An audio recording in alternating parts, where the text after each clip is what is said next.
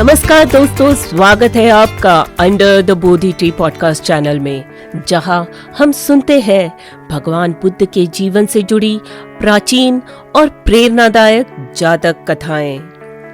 दोस्तों, क्या आपने कभी सोचा है कि जब हम किसी से नफरत या बैर रखते हैं तो असल में उस नफरत की आग में जलता कौन है?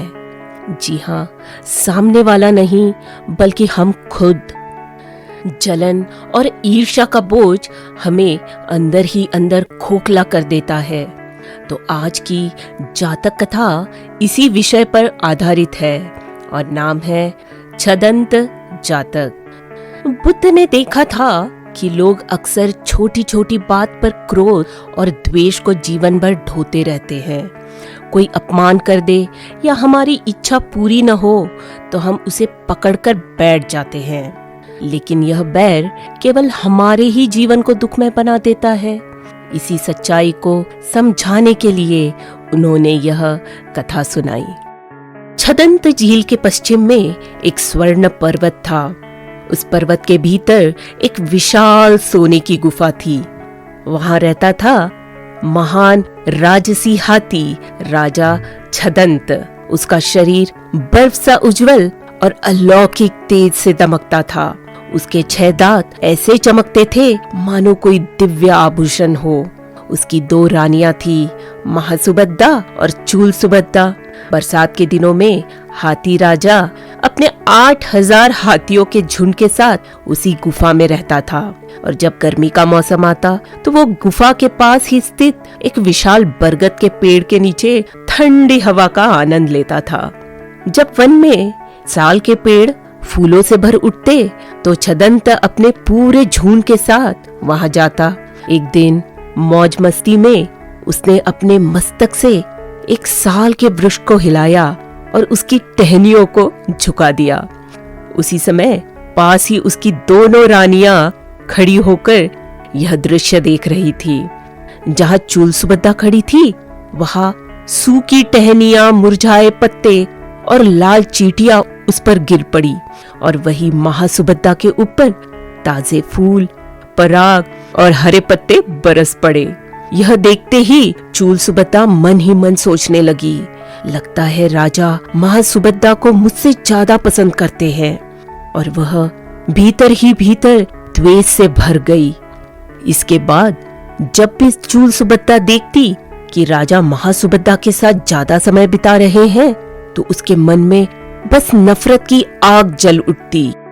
लेकिन दोस्तों, अभी कहानी एक दर्दनाक और विनाशक मोड़ लेती है। ध्यान से सुनिए। रानी चूल सुबद्दा ने धीरे धीरे खाना पीना छोड़ दिया। उसकी तबीयत बिगड़ती गई और कुछ ही समय में उसकी मृत्यु हो गई।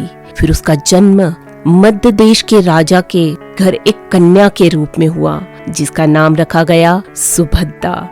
जब वो बड़ी हुई तो उसका विवाह बनारस के राजा के साथ हुआ। राजा के लिए वह सबसे प्रिय रानी थी। एक दिन सुभद्दा अपने ख्यालों में खोई थी तो उसे अचानक अपने पिछले जन्म की बातें याद आ गई और ईर्ष्या उसके मन में घर कर गई। उसने बीमार होने का बहाना बनाया और जिद पर अड़ गई कि जब तक उसे चढ़ंदा हाथी के 6 दांत नहीं मिलेंगे वह ठीक नहीं हो पाएगी।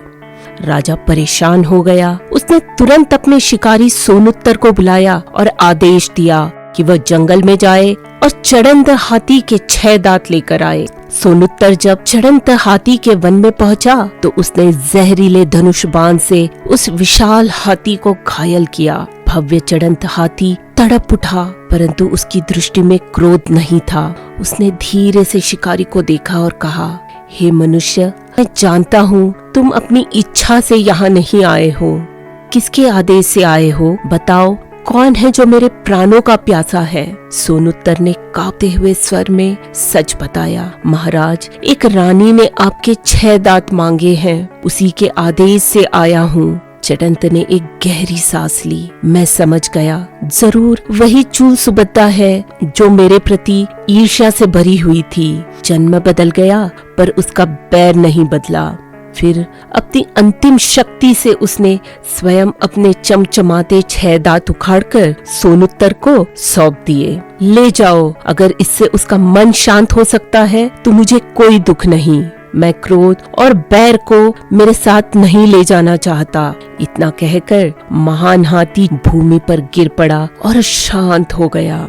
दोस्तों, ये बोलने का तो बस एक कहानी थी, लेकिन इसमें कितना गहरा संदेश छुपा है।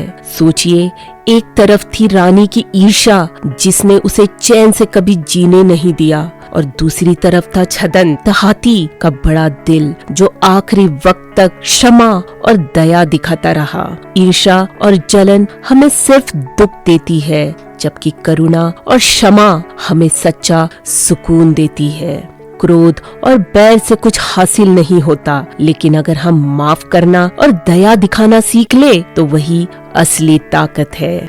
दोस्तों, अगर आपको आज की जातक कथा पसंद आई हो तो under the Bodhi tree podcast channel को जरूर सब्सक्राइब करें और अपने परिवार और मित्रों के साथ जरूर शेयर करें।